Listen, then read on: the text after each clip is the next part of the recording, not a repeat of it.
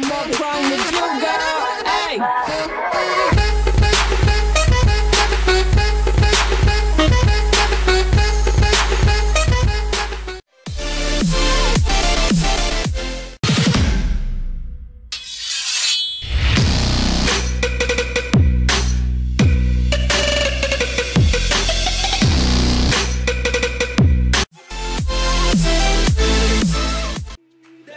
The fight brigade. So tonight we are losing this fight. Oh, so tonight is no one. Oh, baby, I'm playing on you tonight. Hunt you down, eat you alive, just like animals, animals.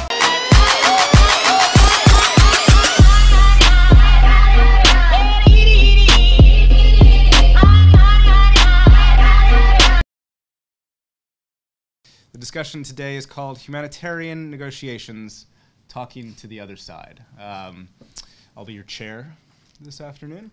My name's Nick Schifrin. I'm a correspondent for ABC News here in London, and I used to be based in Afghanistan and Pakistan. I've been in London for about a year and a half, covering mostly the Middle East and Europe. And I think that today's topic is, for a lot of people, perhaps not everyone in this room, but for a lot of people, a really provocative and almost counterintuitive point.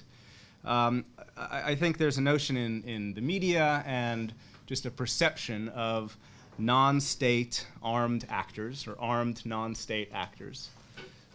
Gotta get coffee. Perception that armed non-state actors are a threat to the civilian population. But in fact, the question that we're going to ask today and answer is, can these armed non-state actors contribute to protecting the civilian population? Now, a lot of us are familiar with the fact that negotiations with a wide variety of actors, state and non-state, armed and non-armed, are essential to gaining access to the populations who need humanitarian assistance. And just to step back and talk about some of these examples, you know, what are we talking about when we say armed non-state actors? Some of this will be obvious to you. Some of you may not know this.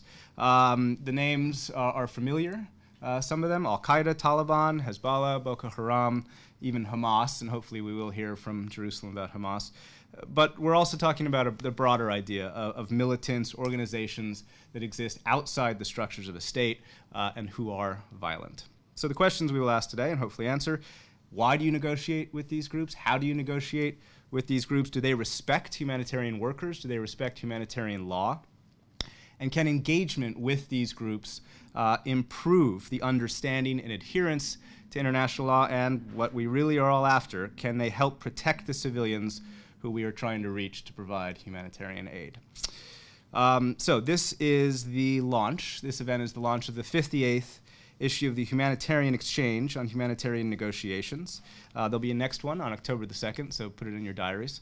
And please turn off your phones, but I encourage you all to tweet.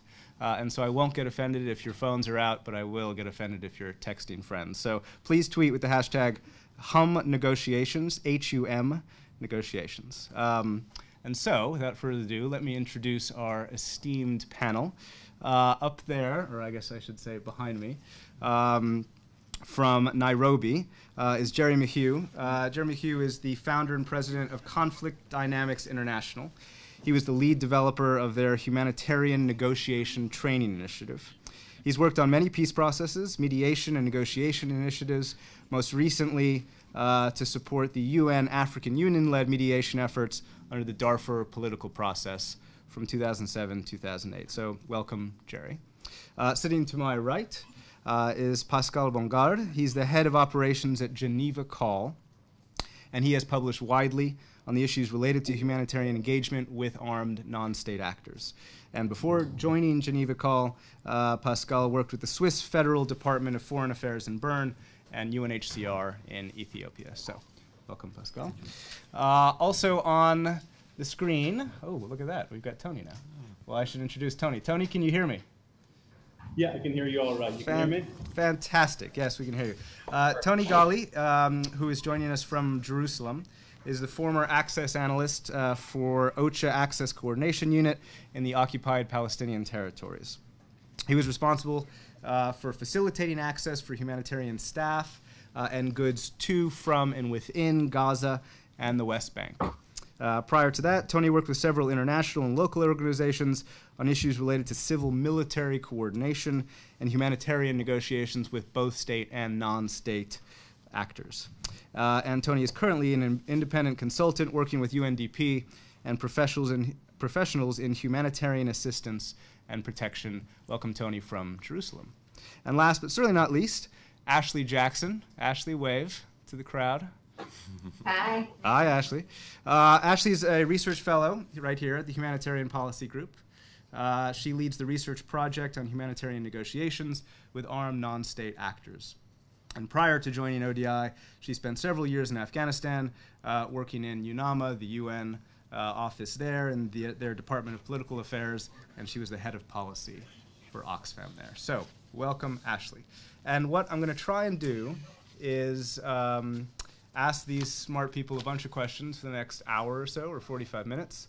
We'll get to about 2 o'clock or so, and so we'll have 30 minutes of your questions, and the questions can then continue out in the hall after that. So please write down your questions, save them. We'll try and get to them about 2 o'clock, and if I'm running over, someone just raise their hand and tell me I'm running over.